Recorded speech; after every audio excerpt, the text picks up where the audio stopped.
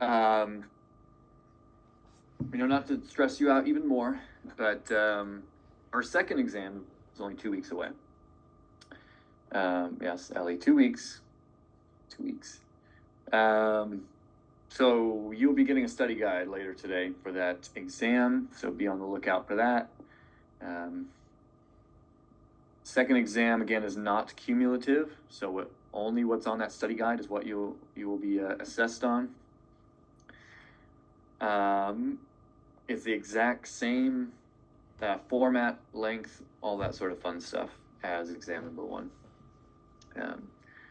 But again, you'll get that study guide via email later today. Take a look at it, then compare it with your notes. And if you have gaps, let me know.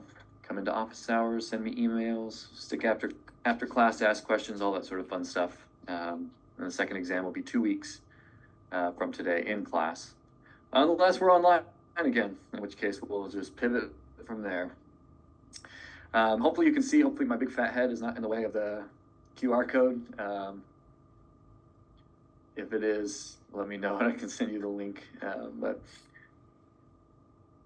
Okay, so today we're going to keep on this theme of, again, perhaps the natural outcome of the Reformation, which is lots and lots of fighting in Europe. Today we're going to talk about the war that I would say pretty much brings about the Enlightenment in my perspective, or at least to a degree, and the war that I think informs our own country and the U.S. Constitution pretty significantly, and that's called the 30 Years' War. Because as you can see, it lasts for 30 years, but it's one of the bloodiest, most destructive wars in European history. And its primary reason for going to war has to do with religion. And so I think on the back end of that bloody destruction, people began to prioritize having religion take a back seat to other things. And so I think that's what helps to bring about the Enlightenment. Again, helps to bring about even our own country that has a very specific, essentially a very specific view on religion and essentially not establishing a religion, just to put it bluntly. Yes, I saw your question. You will have access to this recording. Yes, all of you, not just G, but all of you will have access to this recording. Just in case. All right, so let's get into the 30 Years' War and then think about, if we have time, something called absolutism, which is a type of monarchy that comes at around the same time as well. So the 30 Years' War. All right, one of the biggest things that we have actually discussed, or I've mentioned several times in the background to our class, but now needs to come to the forefront, is this strange nation that exists called the Holy Roman Empire. Pretty much from the beginning of Hume 2, I have mentioned the Holy Roman Empire. I've mentioned the emperors, but have not given a whole lot of detail about what's going on. Partially, that's because it's a very confusing place. Towards the end of our class, so towards the end of April, we will talk about one Enlightenment philosopher named Voltaire. But Voltaire described the Holy Roman Empire as this. The Holy Roman Empire, he said, it was in no way holy, nor Roman, nor an empire. So that's the way Voltaire decided to describe the Holy Roman Empire, that it was in no way holy, nor was it Roman, nor was it an empire. And I tend to agree, and I don't agree with Voltaire on much, but I tend to agree with his description of the Holy Roman Empire. In practice, the empire was supposed to mean this. So essentially, what does each word of Holy Roman Empire, what is it supposed to say? Well, from one angle, holy was supposed to mean that it was essentially the protector of Western Catholicism, right? The Western Church, right? We've talked about that in terms of how the Pope and the Holy Roman Empire butted heads at times because they both sort of viewed themselves that way. The emperor of the Holy Roman Empire viewed himself very much as maybe the secular or military protector, defender of Western Catholicism. So that's supposed to be the holy part. It is a Christian Holy Roman Empire. Then the Roman part is supposed to indicate, pretty straightforwardly, that it's a successor to the ancient Roman Empire. That it is a connection all the way back to Constantine and Augustus and Caesar, but it's a Christian one. But it's supposed to carry on the legacy of, in particular, I would say Constantine, the first Christian Roman emperor. And that, of course, gives it legitimacy in the Western world, claiming that it's essentially unbroken back from that great Roman Empire in the back. Yeah. And then the word empire is supposed to essentially encapsulate all of Europe. Perhaps you've even thought about this, like what's the difference between a king and an emperor? In the medieval view that the Reformation is inheriting, an emperor has nobody above him except for God himself. Whereas a king might have to actually appeal to an emperor somewhere. The emperor is supposed to have no other ruler except for God himself above him. And so the empire part here is supposed to essentially bring all of Europe underneath his power in one way or another. And there may have been some claim to this. Again, the Holy Roman Empire began in the year 800. And so now at our times, we're 700 years past its formation. But that's essentially what the empire is supposed to mean. It's supposed to be protector of Western Christianity, a true successor to the Roman Empire, and something that encapsulates all of Europe. But, as Voltaire noticed, it doesn't seem to be any of those things. Because in reality, as we've seen, the Holy Roman Empire was frequently at odds with the Catholic Church. So not only did it not protect the church, but oftentimes we might say harassed the church. We had talked about, remember Henry VIII, he tries to get an annulment and the Pope says no. One of the reasons why the Pope said no is because the Holy Roman Emperor, Charles V, had just sacked Rome and was essentially in charge of the Papal States. And so he was not going to make Charles V angry. And so not only is it not protecting, but oftentimes is actually upsetting the church. Maybe the church deserves it, right? That's a conversation that is informed a lot by what we've talked about so far. But sometimes they're not really protecting, but in fact making life harder for the church. I'll show you a map in a second, but not only was the Holy Roman Empire not Roman, but it was really a German nation. I'll show you the borders of the Holy Roman Empire in just a second. But it mostly encapsulates what is today modern day Germany, parts of the Czech Republic, Switzerland, Austria, and at times northern Italy, and then some parts of eastern France. And it doesn't have Rome, really the city of Rome, within it, except for some sporadic times like when they conquer the Pope, but usually they have to give it back eventually. So its actual body of people are actually more German, and the whole title of the Holy Roman Empire is the Holy Roman Empire of the German nation. So it even is like self-contradictory in its longer name about who exactly these people are that make up the Holy Roman Empire. And then the emperor part is very convoluted because the emperor was actually elected. So it's not a hereditary handing down of the empire, but somebody who's actually elected. And unlike other empires or kingdoms, there's no capital city of the Holy Roman Empire. There are capital cities within the Holy Roman Empire of different little kingdoms and principalities, but the actual emperor has no seat of power in any particular city in his empire. Charles V, who I was just talking about, spent most of his career traveling because he controlled so much land that he needed to be able to go visit and essentially put his thumb on the scales for all of these different areas of land that he controlled. So it's an empire, but without a seat, like, in other words, without a throne really anywhere specific, and kind of became an itinerant seat, right, where the emperor is always having to move around in order to keep people essentially in line, or maybe the nicer way to say this, to keep his influence significant in his realms.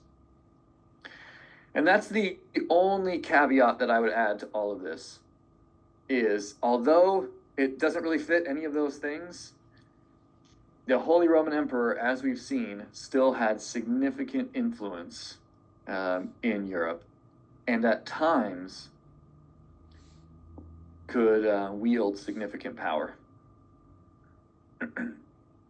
But it's very situational, both of those things. It doesn't seem to be universal across all emperors in all times, but different situations in which the emperor might have power. So very confusing. In fact, here I'll show this to you in map form. Okay. So here's the map that our book gives for the Holy Roman Empire. You can see its borders. Let me see here.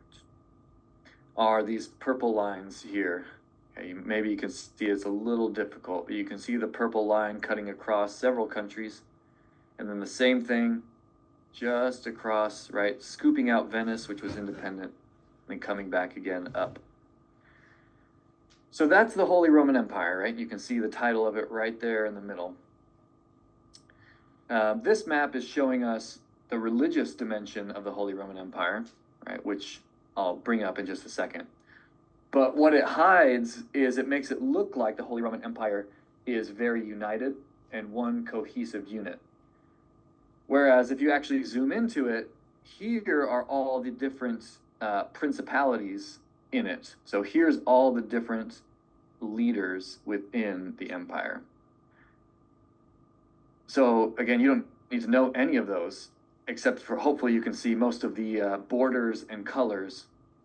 Those are all different, essentially, power areas in the empire that are either kingdoms or electorates is another word they use. It might be like dukes and barons, right? Sort of these lands that are ruled by princes. I mean, it's just all sorts of different names. And all of these people have regional power. So in one way, it kind of, right, if we made an example, it could in some ways be like the United States. And, right, we have 50 states. Each state has a governor. The states have kind of their independent power. But then we all are part of the federal government, right, that has an executive and legislative and judicial branch as well. The difference is that we have a constitution that lays that out, that we've all signed up to in one way or another. The Holy Roman Empire does not have that clear of laws and expectations. And so you have a lot of different people who are wielding power who are all supposed to appeal to the emperor or be subservient to the emperor.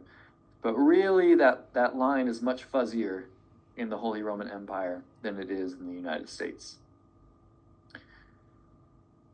And so what looks like, oh, nice and clean, big empire, emperors over it, is actually a big mess of different areas, different beliefs, different rulers. Again, if any of you have spent any time in Europe, Czech Republic is not the same place as Austria, is not the same place as Germany, is not the same place as the Netherlands. These are all very different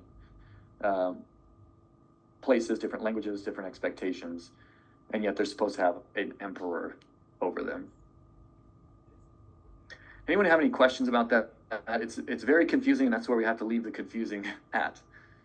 There's literally humongous tomes trying to explain the Holy Roman Empire. But anybody have any sort of basic questions about that?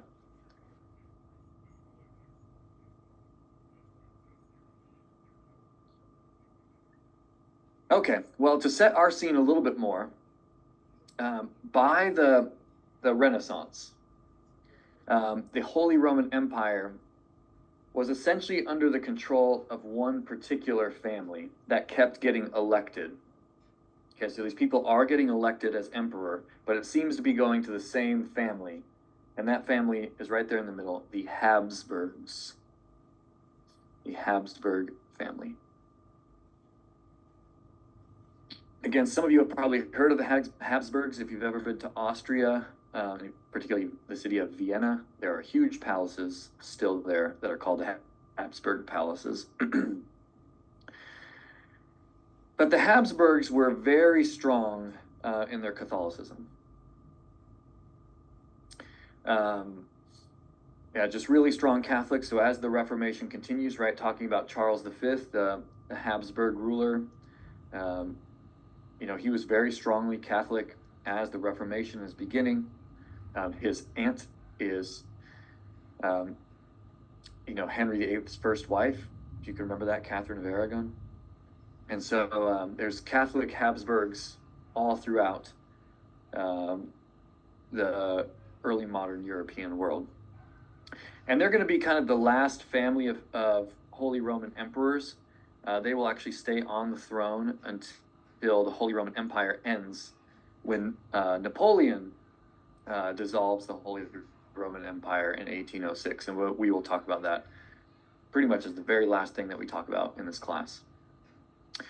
So they're a very strong family. Like lots of the other families that we've talked about, they have versions of their family throughout European monarchies and powers. There's the Spanish Habsburgs as well. There's the Austrian Habsburgs. And then again, people who have been married in to other families of power as well. Now, as we see in this map that I just showed, one of the problems of the Holy Roman Empire beginning in the Reformation is that it's going to be, as you can see, very divided in its religious choices after Luther's protest. In fact, you can see up here in the midst of the Holy Roman Empire, there's the city of Wittenberg. That's where Luther nailed his 95 Theses. This is where the Reformation began.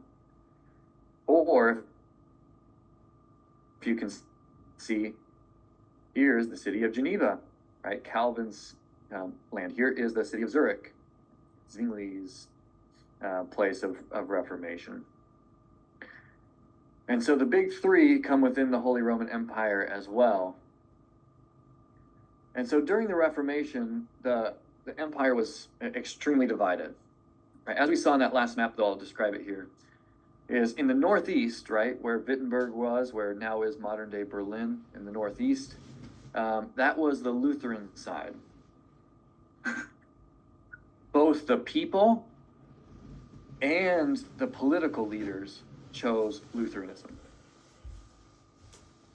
So the people and like the princes or the electors or the dukes, whatever they called themselves in that really hodgepodge map, they also mostly accepted Lutheranism as well. So, right, you have a Catholic emperor and then a bunch of Lutheran princes, we might say, if we just give them all one big title, a bunch of Lutheran princes. So you have a divided hierarchy there as well. In the central area, right, which was essentially associated with the modern day state of Switzerland, that was the Calvinist area, right, with both Zurich and Geneva on either sides of Switzerland. That area became Reformed, became Calvinist, right? So you have this blot right in the middle, that's Calvinist. And then all around it remained Catholic.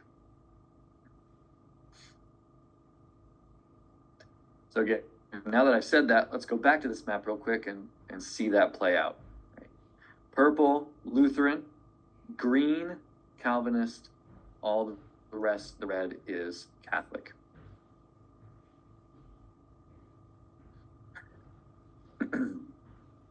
Nancy, great question. So the question was, do you mean they accepted the rule of Lutheran princes or just became Lutheran? And it's actually both. So some of the princes became Lutheran, and so therefore the people underneath them also essentially had to say, okay, well, I guess our realm is a Lutheran realm. Even if I personally believe in Catholicism, I guess I now live in a Lutheran realm. And then you had the opposite as well, where the people became Lutheran, right, which then might have influenced the leader to also convert essentially to Protestantism, to Lutheranism, in order to, again, appeal to the masses, right? All these people are still politicians. And so there's always a little bit of politicking. So it actually can be both, Nancy. Great question. I know there's an important nuance there. Like the people might become Lutheran and their ruler might still be Catholic, which is true. That also does happen. Or it might be the other way around. The ruler becomes Lutheran and says, hey, we're Lutheran now, and the population is still Catholic, but their ruler's Lutheran, so it becomes a Lutheran area. So it is both. I hope that helps to answer your question.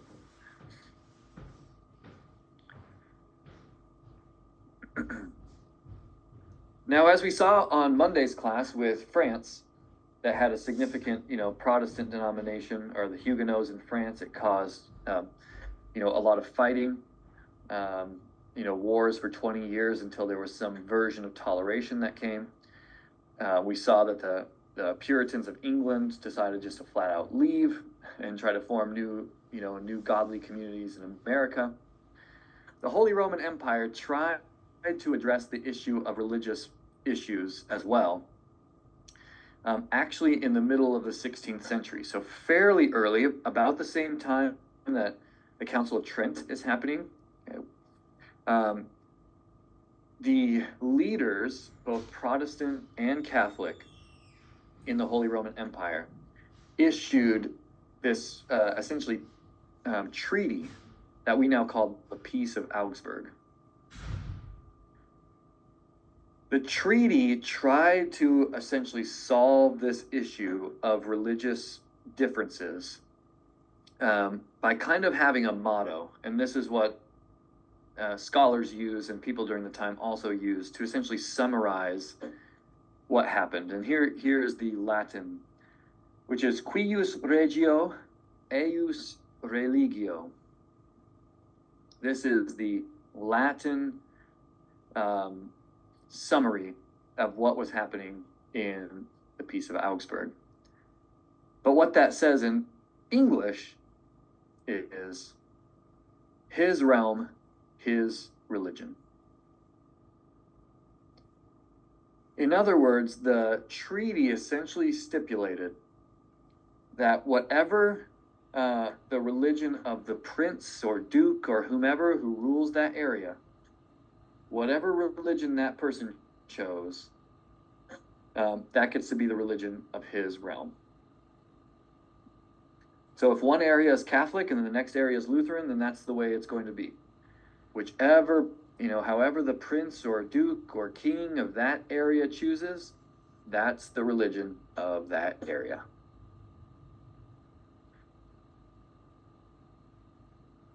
The problem that happened, and I'm sorry, this kind of juts in a little bit to that flourish down there at the bottom, is that it really was only between, according to the law, between Lutheranism and Catholicism. It did not allow essentially princes to legally choose Calvinism as their choice. So it's very limited toleration. Only two choices. You either get to be Lutheran or Catholic. And your prince gets to choose, and therefore you're under that auspice, you're under that power. And it can't be Calvinists. But we've seen Calvinists, they're pretty excited, right? The English called them the hotter sort of Protestants, right? They're a little too intense. Right? The Puritans in 50 years, or actually more like 80 years, will leave England, right, to go to the New World. So they take these things really seriously. And they don't want to be Catholic. They don't want to be Lutheran. They want to be Calvinists. They want to be Reformed. So really, the Peace of Augsburg, although it tried to bring things together and to make things easier, actually made things worse.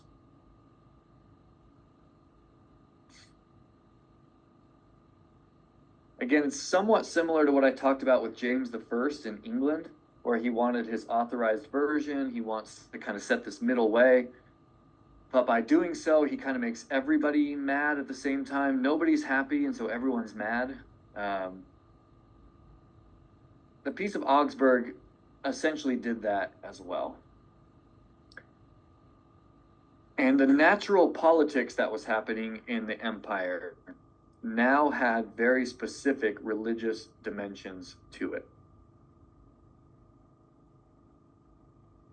So not only could these people now choose, right, if they're going to be Lutheran or Catholic, they actually could kind of use that as a means to kind of pit themselves against each other. Like, oh, we're a Protestant nation over here, or a Protestant area over here, against the Catholics over there.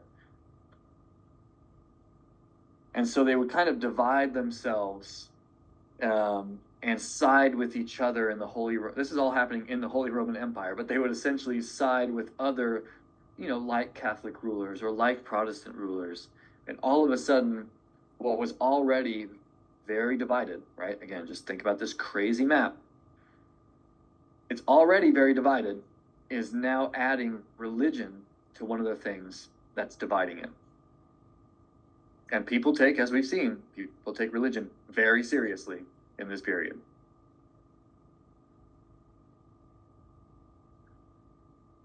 What made it even more difficult is that it also split the Habsburgs. Again, most of the Habsburgs remained Catholic, but many of them were very sympathetic to Protestants. Wanted to give Protestants more freedom. Not all of them, but many of the Habsburgs were essentially pro-toleration. Maybe that's a word we would use. Similarly to what Henry IV tried to do in France with the Edict of Nantes, many of them were open to allowing Protestants the same rights as Catholics. Whereas many others of the Habsburgs were more militant, especially after the Council of Trent, right? Especially after Catholicism had said, no, this is who we are, right? And the Jesuits are formed, and they're there to be militant and to be evangelical. Many of the Habsburg rulers said, no, we need to go on the offensive in terms of Catholicism. This is who we are, and they strongly believed it. And then others said, well, we can still believe it, but give toleration to Protestants. And so it created actually divisions within the Habsburgs as well. So the Peace of Augsburg was attempting to solve the issue, but actually at this stage, it might have been too quick to solve it, and it actually made things worse. All right, anybody have any questions at that? I realize it can be very confusing. The Holy Roman Empire is, like Voltaire said, is a big mess, where it's none of the things it claims to be. Does anybody have a question about any of that sort of framing the issue?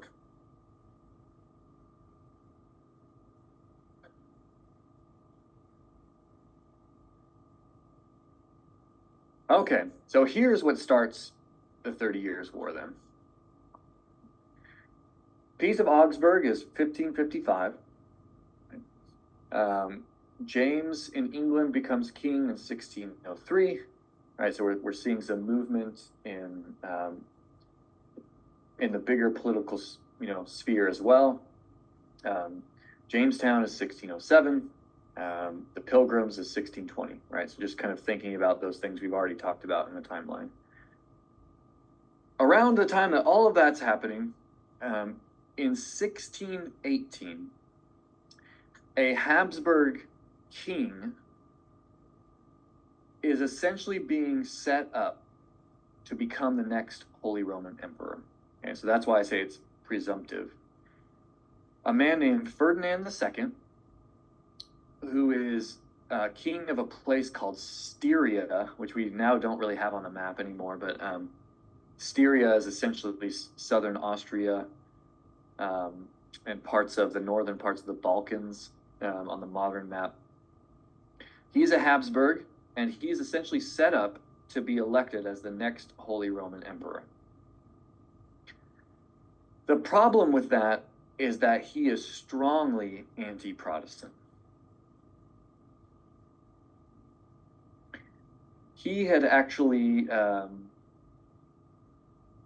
curtailed a lot of, actually, I'll put that down, curtailed a lot of Protestant rights in Styria and in other places he was in charge of.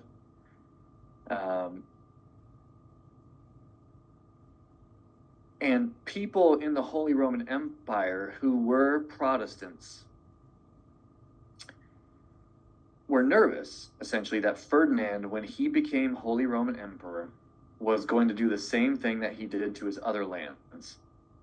That he was going to essentially make Protestantism illegal again. You know, tear down churches, you know, change laws, put people in jail, all that sort of stuff, thinking Ferdinand has proven he would do that in other areas. When he becomes emperor, why wouldn't he do it throughout the whole empire? Okay, so that is the fear. He's not emperor yet, but they're afraid that when he becomes emperor, he's going to crack down on Protestants. This issue comes to a head in the eastern part of the empire, in an event called, this is a big hoity-toity word, in an event called the Defenestration of Prague.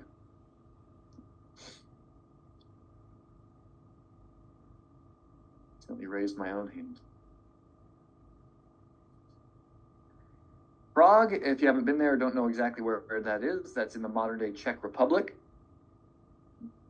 So on the western side of the Czech Republic, but in the eastern side of the Holy Roman Empire. At this time, the Czech Republic, this area of it was called Bohemia. Bohemia. And Bohemians had become Protestants. And in fact, many of them had become Calvinist Protestants.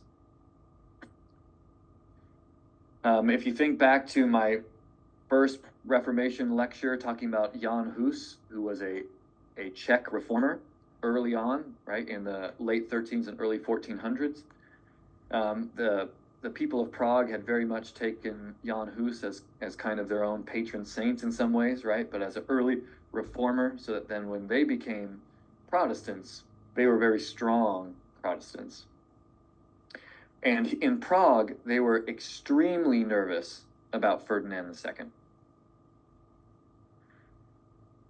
They thought he was going to do what he did to his former realms, to the Calvinists in the Czech Republic.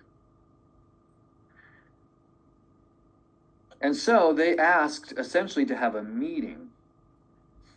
And this becomes, again, very convoluted, so please answer questions. But the leaders of Prague asked to essentially have a meeting with some representatives of Ferdinand, right? So if we put it into modern terms, it's like Ferdinand sends some ambassadors or something, right, to the Czech Republic to discuss these issues with the leaders of Prague who are Protestant and Calvinist. Now, this is where rumors abound because we have no clear idea of exactly what happens in this meeting. Many scholars argue that the council that's coming, right, the regency, by the way, that's the way to talk about the king, the person in charge, right, Ferdinand. Many believed that this council was coming with a very anti-Protestant bias. In other words, Essentially, some scholars argue that the ambassadors of Ferdinand came with the idea that they are just going to absolutely demolish Protestantism. And that seems to be what the leaders of Prague thought. And again, they had a lot of ammunition to use against him. So, for instance, Ferdinand, of course, as I said, had an anti-Protestant past. He had proven that he doesn't like Protestants.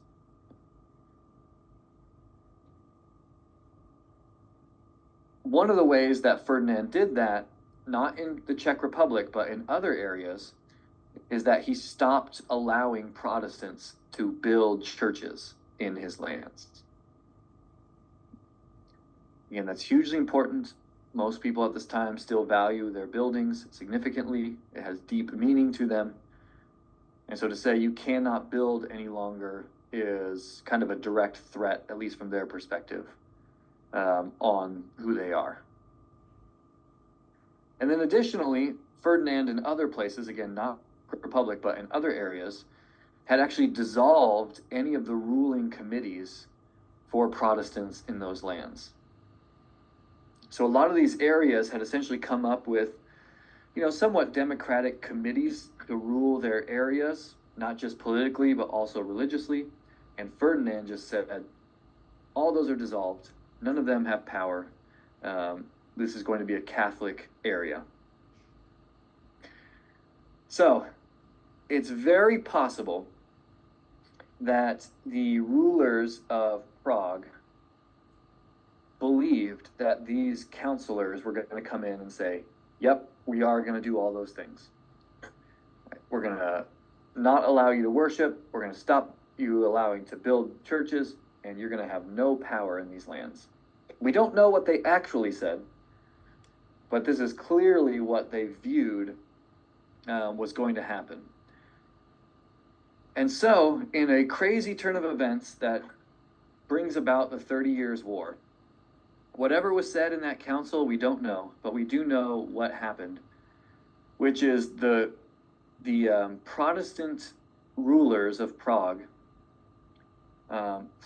threw the Catholic representatives out of the windows of the castle in Prague.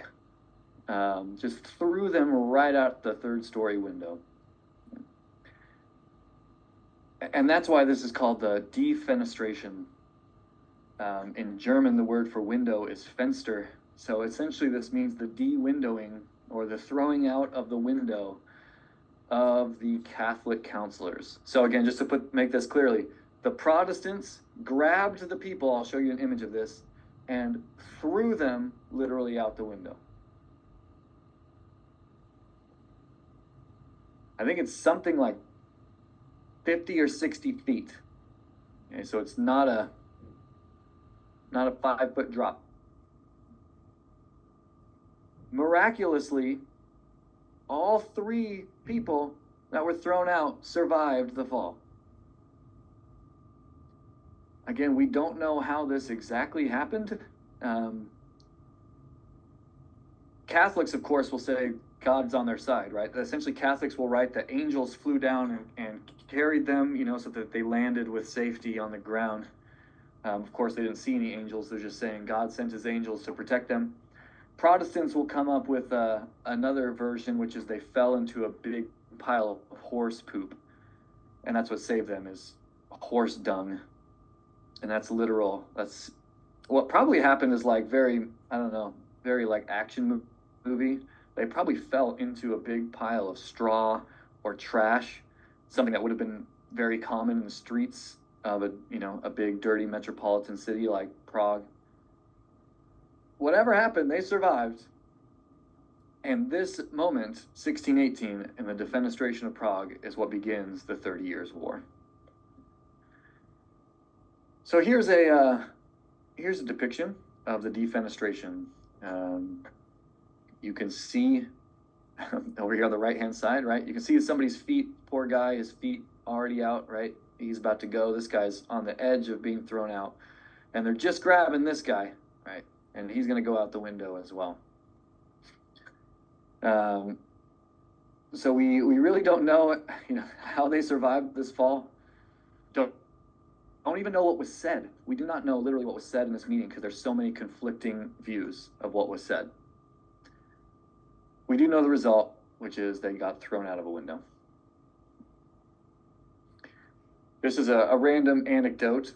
My family and I, we were faculty and residents in Heidelberg in the fall, and we went to Prague, and we took my kids to a museum of illusions. And one of the illusions was this, which is a depiction of the defenestration of Prague. It's painted on a wall, but it's made to look like it's three-dimensional. And so here you have this poor counselor who's just been thrown out the window. There's my son, Rowan, right there in the brown, being like, what the heck is going on? There's my other son, Camden, who's apparently hungry.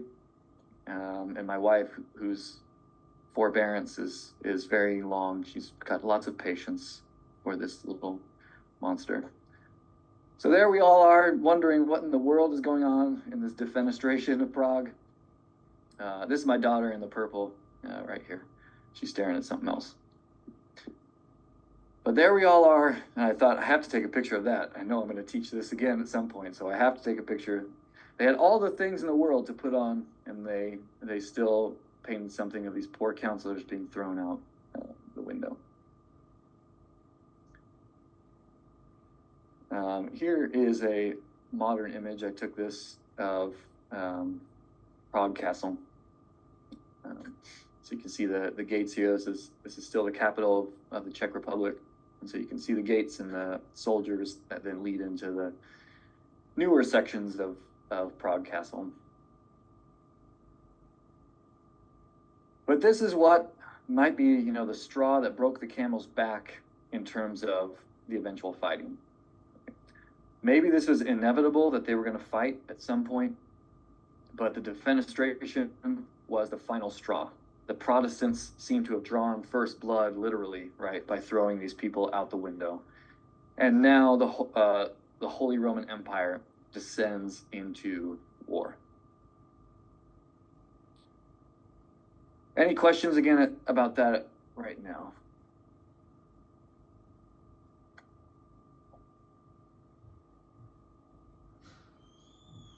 All right, then let's take a 5-minute break, and we'll come back at 12:50. 12:50. Recording stopped.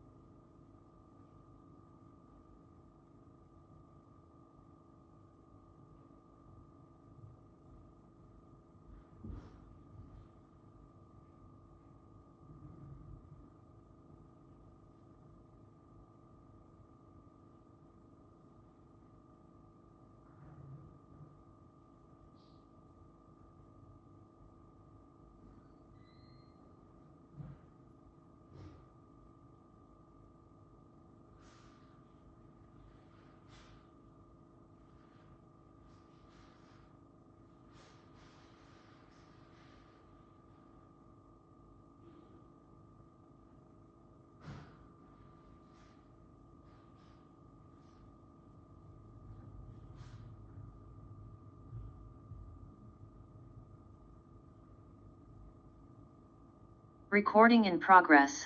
All right, come on back if you're out there. Come on back.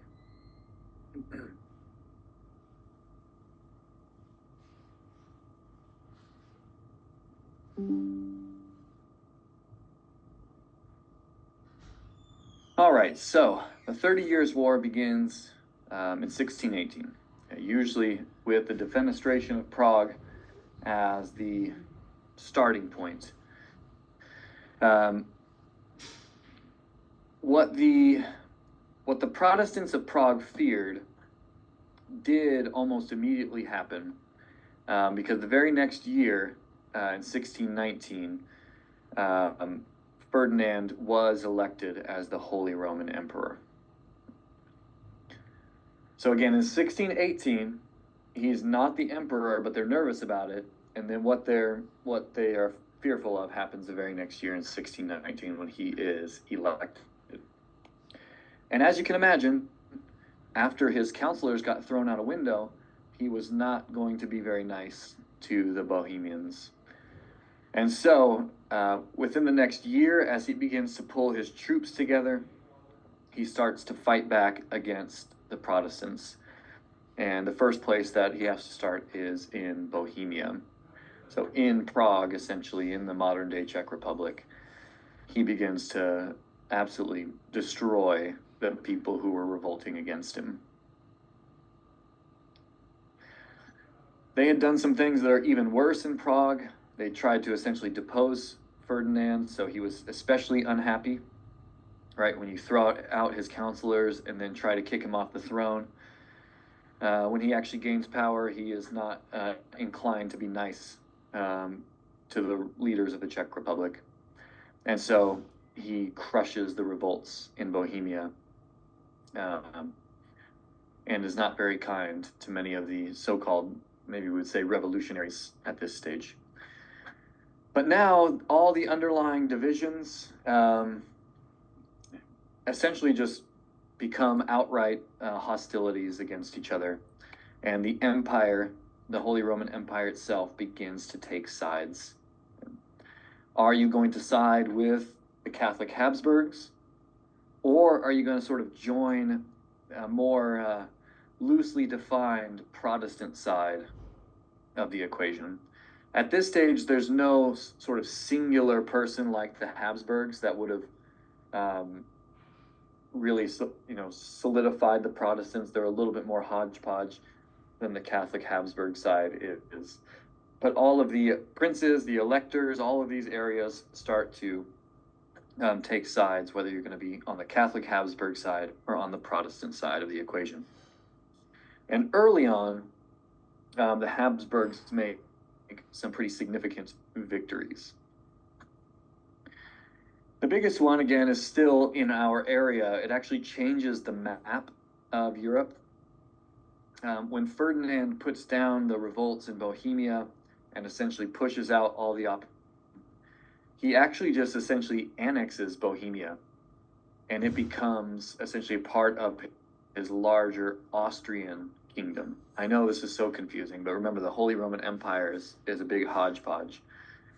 So he essentially conquers Bohemia, and instead of keeping it as its own separate kingdom, he essentially annexes it, and it becomes a part of the greater Austrian Empire, the greater Austrian side of the Holy Roman Empire.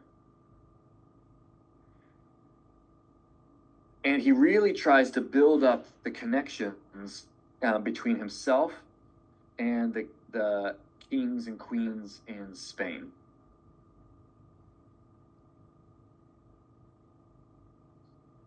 So in other words, I think one of the strategies that Ferdinand is trying to take, one of the strategies, is to essentially pinch the Protestants in between himself on the east and then the Spanish down in sort of the southwest, and kind of pinch the Protestants in between these two different sides of the Habsburg family.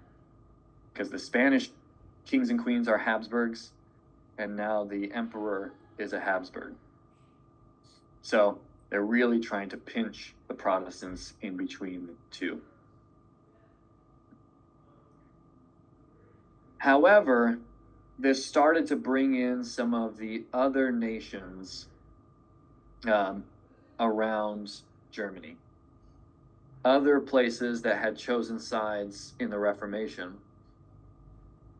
So if we go back to this map from earlier, you can see that above Germany, you can see that Denmark, Norway, Sweden, this is Prussia, which will eventually become a part of Germany later on, and these other parts of Scandinavia or sort of Northeast Europe have also all joined Lutheranism, right? They have all essentially become Lutheran nations. And so as the war begins, we actually have the inclusion now of Denmark and Sweden that start to enter into the fray. And these places are not part of the Holy Roman Empire. So now we have other kingdoms in Northern Europe coming to the side of Protestants. So we're starting to get a so-called, European-wide war. This is bringing in other kingdoms, other nations. Again, at this point, it's really along religious lines, Catholics versus Protestants. The English do not join this war. You'll see they have their own problems that they have to deal with, but that'll be a lecture for probably another day. But the English don't come in, even though you would expect them in a Protestant battle. But again, you'll see that they have their own issues they have to deal with. But it's starting to become more European-wide. And the one continental empire that still hasn't joined the fray are the French.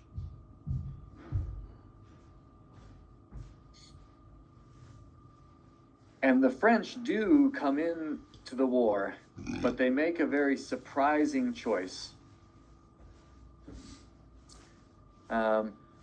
Oh, sorry, before I get ahead, I just saw there was a question I missed. Hold on just a second.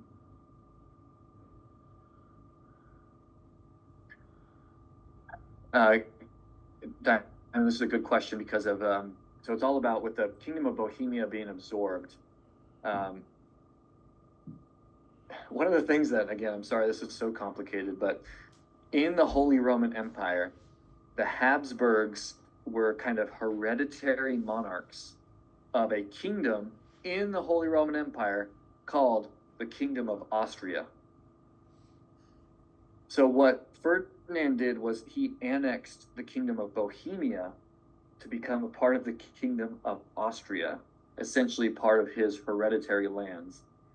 So that even if he was kicked off the throne of the Holy Roman Empire, he would still be king of Austria and Bohemia. Does that make sense? I'm telling you, this is why it's such a confusing nation, the Holy Roman Empire. Please feel free to put more follow-ups in there. I see your head nodding, but I hope that makes somewhat sense. I apologize that it's such a hodgepodge of things. Good question. So the French do come into the war, but in a very surprising turn of events, the French side with the Protestants.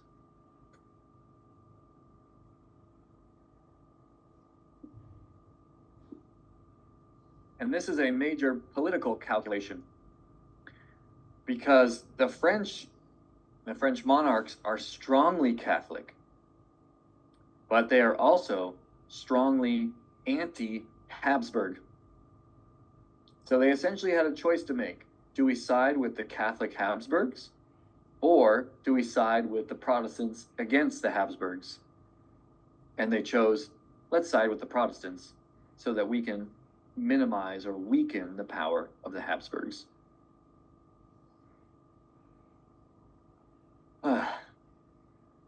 These politics are crazy, right? The French, who had just gotten over 20 years of war against the Protestants, were still in the midst of the Edict of Nantes that has Protestant limited toleration in France. And so now they're caring more about the wider implications. What we haven't really talked about yet, remember that we will, is the fact that the world is becoming extremely global, right? France has colonies in the New World. and in other parts of Asia. And so there's more empire building going on underneath all of this that we just haven't talked about yet. And so their calculations are bigger than just what's going on in Europe. They want to diminish Habsburg power, whether that's Austrian or Spanish Habsburg power. Now, within all of this, you have, right, the Danes and the Swedes in the north. You have the Holy Roman Emperor from the east. In the south, you have the Spanish. On the west, you have the French. And caught in the middle of all of this is Germany. Right? Even though lots of these places are choosing to take sides, the 30 Years' War devastates Germany. Other parts that, like the Danes and the Swedes, they lose a lot of soldiers in battle, but their nations are mostly left untouched. Same with France, same with Spain, same with lots of places in the Holy Roman Emperor's eastern domains. Who really takes the brunt of the 30 Years' War are the everyday people of Germany. Again, just thinking about what happens afterwards in terms of the Enlightenment, this is one of the reasons why I think people in the 1700s start to react so strongly against really strict religion, is because they look back 50 years earlier into the 1600s and they see strict religion resulting in absolute devastation of populations and people. German cities and the German population are absolutely demolished during this period. One of the most devastating aspects of it is that people on both sides, on the Catholic side and the Protestant side, make absolutely no distinction for civilians. If you are caught in the wake of the war, you will be destroyed.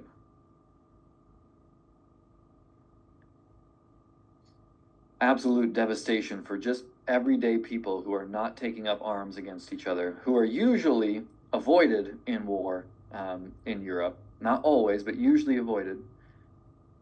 Now that does not matter. Both sides are essentially committing atrocities in Germany.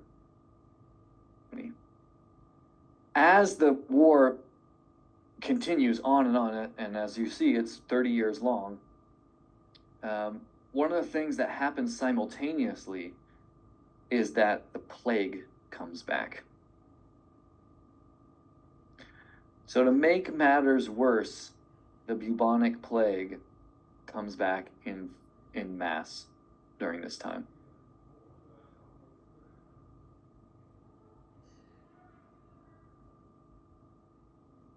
Because of all of this fighting, right, there's not enough farmers out farming. Or one of the tactics, of course, is just to burn down farms or villages in order to essentially stop the other side from getting supplies.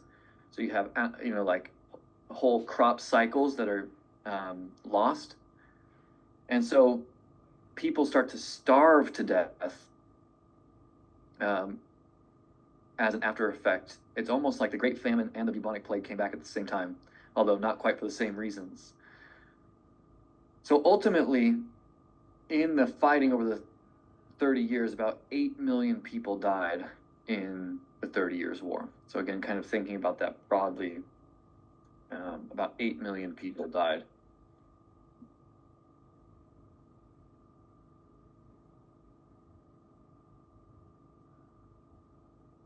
Most of those deaths were due to disease and starvation. Many hundreds of thousands, if not millions of people died due to the battling, but the majority of people died due to starvation and the plague. We have some horrific tellings of this, of people resorting to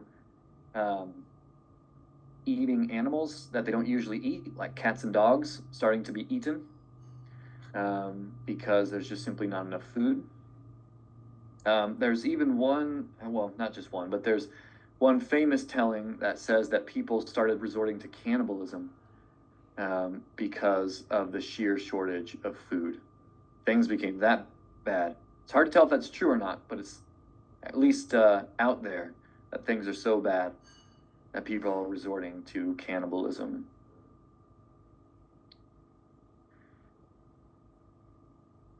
Here's again, sort of a depiction, one of the most famous of the atrocities taking place.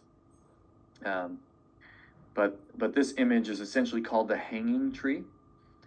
And you can see what is most likely a Catholic army. You can just tell by the fact that they have monks with them, right? Just by the dress of the people who are religious. You can see this army that's surrounding and just mass executing prisoners.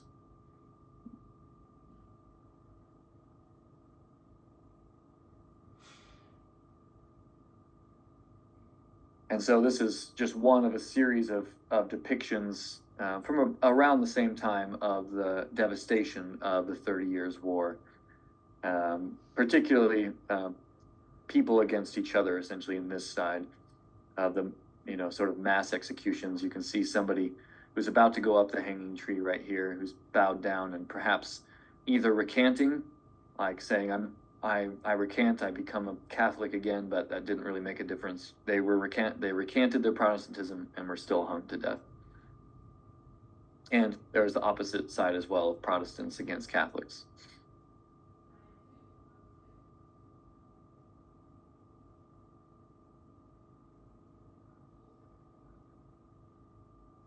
Ultimately, the turn of the war began in the 1640s, when Sweden and France, right, who are both again on the side of the Protestants, started to gain the upper hand. There's a famous Swedish king named Gustavus Adolphus, whose name you don't need to know that, but a very famous Swedish king who came and was a very able general, helping the Swedes to be able to push back the Holy Roman Emperor. They got so far as to actually push into Bohemia as well. So the Swedes were actually able to push that far south into the Czech Republic. One of the biggest things is that the French were able to secure the western side of the Holy Roman Empire by securing the Rhine River. Let me see if I can get back to that map to show you where the Rhine is. What's happening? Yeah. So this is the Rhine River, really far into Germany. You can see the Rhine. So they were able to push that far west.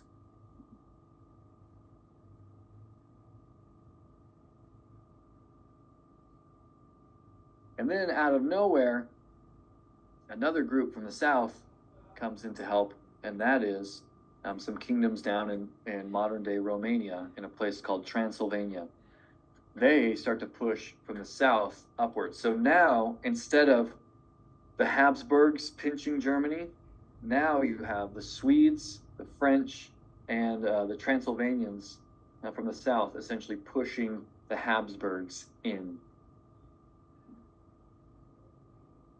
And when this starts to get too much, the end of the war finally is in sight. When essentially the Habsburgs have to, what's called, sue for peace. Right? They essentially have to try to bring about an end to the war. And that finally comes in 1648 in what's called the Treaty of Westphalia. Treaty of Westphalia. This is kind of one of the first European-wide councils, right? One this is gonna happen pretty frequently over the next couple hundred years. If you think about the events of the American Revolution, the French Revolution, and then into the 19th century with different skirmishes, and then, of course, into the 20th century with World Wars I and II.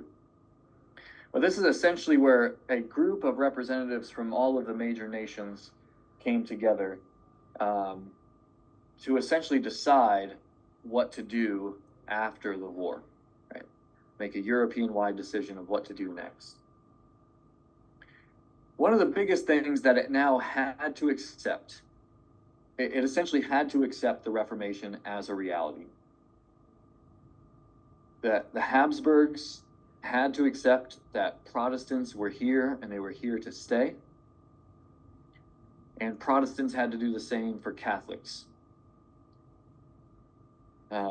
This idea that you were going to be able to essentially push out Protestantism and re-Catholicize areas was just no longer going to be a reality.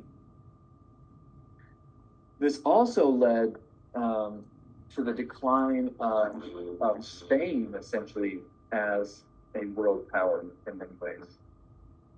If you think about, remember, with the early parts of exploration that I talked about, right, it was Portugal, but then Columbus was sponsored by the Spanish. And again, we'll bring them back in when we talk about colonization more. But after Westphalia, the Spanish Habsburgs were hugely weakened and had to essentially liquidate a lot of their colonial assets to pay for their loss in the war. And ultimately, the real winner of this was France. So after all of that, even the Roman Empire and the Emperor, princes of Germany, France enters the fray because they're able to make such ultimately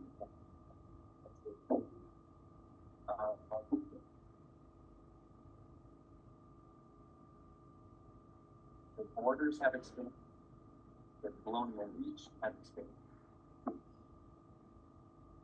and they're starting to gain more power. Go ahead, Derek. Sorry, I just saw you. Yeah, never mind. You were just becoming hard to hear. Oh, I'm sorry. I see everybody's thing. Shoot. All right. Well, you have to go. When did I cut out? Something about the Spanish. Okay, I'll just repeat that real quick. The Spanish were the big losers of this war. They had to liquidate a lot of their colonial assets to essentially pay for the loss of this war. And they lost a lot of their international standing. Again, we'll talk a little bit about that when I talk about colonization later on. And the big winners were the French. The French had the opposite impacts. Their borders expanded, their colonial presence expanded, their prestige in Europe expanded, and essentially France is going to become very rich now, post 30 Years' War.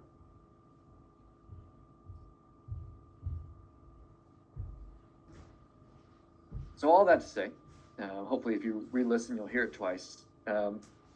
Germany, devastated by this. Communities, right, have to rebuild after the 30 Years' War. The Spanish are hugely hurt by this.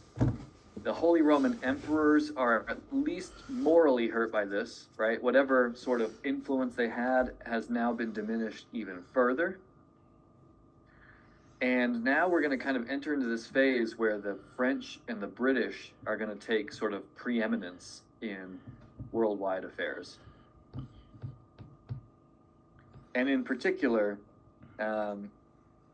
we get the rise of something called absolutism. All right, I'm going to pause for that for a few seconds. Anybody have any questions? I'm now moving on from the devastation of the 30 Years' War to seeing some other movements happening at the same time. Any questions about 30 Years' War?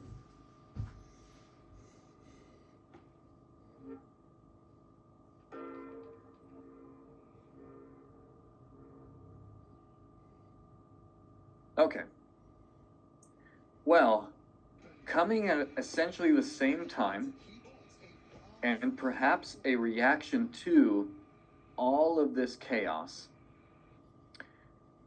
is a growing form of political philosophy called absolutism. Okay, so absolutism is a political philosophy, particularly around monarchs, right? Kings and queens. Now, I think there's three reasons, at least, for the growth of absolutism. One is the general political instability that's coming from the Reformation. So the Reformation's obviously a big thing that's fractured, right? Europe religiously, as we've seen, nations are choosing sides. Because of that, it's creating all sorts of political instability.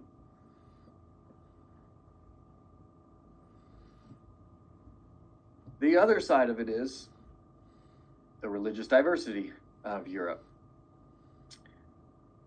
I think in the modern world, people think, oh, diversity as a good thing. You'll see that many absolutists have the exact opposite view. Diversity is a bad thing. And then, of course, just the absolute general turmoil of the 30 Years' War.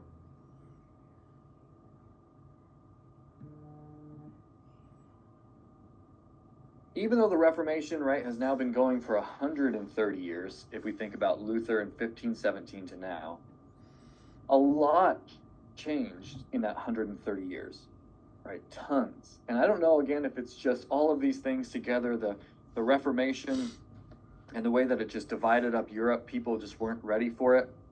Then the 30 Years' War causes all this devastation. And so now kingdoms, and particularly kings, are thinking, how do we react to all of this liberty or freedom or diversity? This is not the way that the world has worked up until now, right? These peoples do not have a sort of understanding that people are free or should tolerate each other or deserve liberty. There's no thinking that way, but all of a sudden, people are choosing their own religion and choosing what they think and going to, war against each other for their religious beliefs.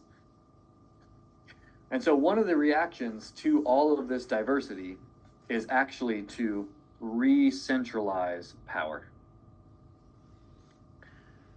So in other words, there's a couple ways that this could have happened. You could have had the opposite happen. Maybe in the mid-1600s, you could have had kings say, well, this is the reality of the situation, so we should just let people be free, make their own choices. And then all of a sudden, maybe in the mid-1600s, maybe representative democracies would have come about more quickly.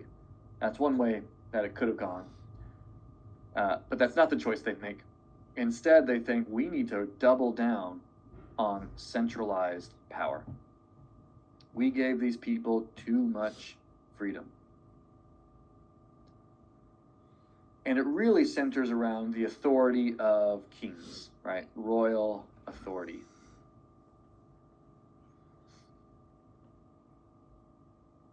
Almost going backwards into a little bit more of a medieval view of the importance of a strong monarch and the monarch's bureaucracy. Many aspects of absolutism involved eliminating independent institutions that may have come up to give more power to the people. Many kings decided that doesn't work.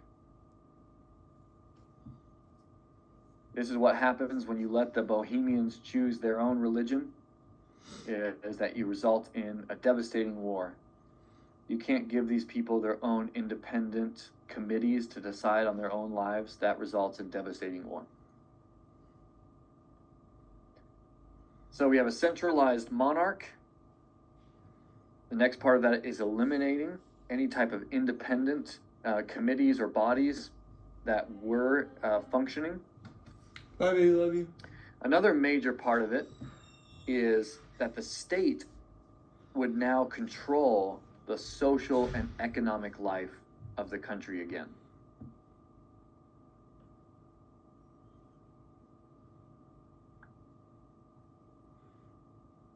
So again, I can't really overemphasize that idea of centralization of power. That social decisions, whether that's religion, whether that's sort of arts, architecture, right, campaigns for making cities beautiful, all of that's going to be centralized on the social side, but also trade policy, taxes, that's all going to come through the power of the king as well. And then what the kings wanted to do is to bring back the power of the nobles back under them as kings. So again, think about what happened in the 30 Years' War and the fact that all of these princes could assert their sort of independence and power. Well, many monarchs decided we have to diminish the nobles' power again. Whatever we call them, whether it's counts or dukes or barons or princes, all of those people need to be subservient to the crown again. Or as I have on here, right, the nice way to say it is partners of the crown. The monarch and the nobles should have a mutually beneficial system where when the monarch gains more power, the nobles gain more power or more riches, and vice versa. Any type of sort of regional independence needs to be quashed in favor of the king.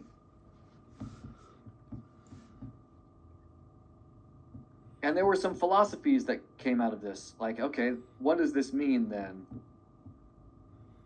And so here's kind of the underlying philosophies of absolutism.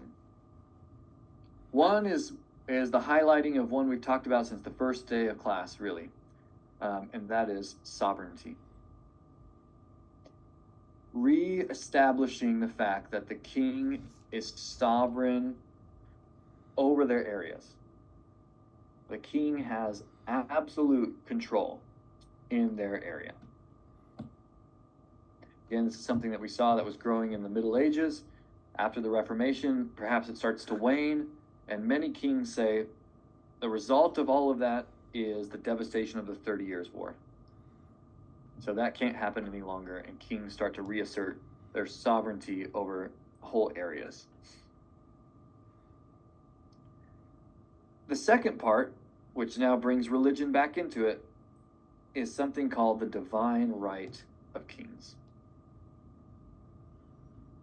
These kings began to assert that God had placed them on the throne. They weren't just there because of hereditary succession, just because, their dad was the king. Yes, of course, that made them next in line, but that's not it. The deeper thing is that God placed them on the throne. And so, they don't have to appeal to any other power except for God himself.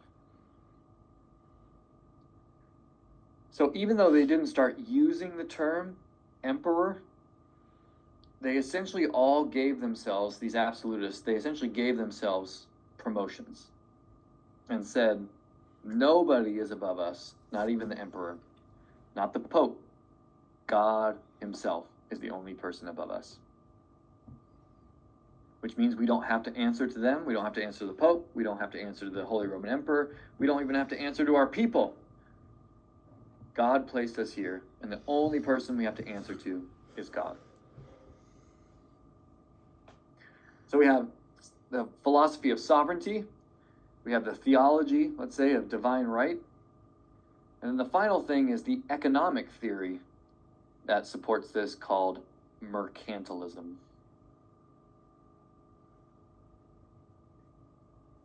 Mercantilism was a common early modern economic theory that essentially stated that the earth has limited resources.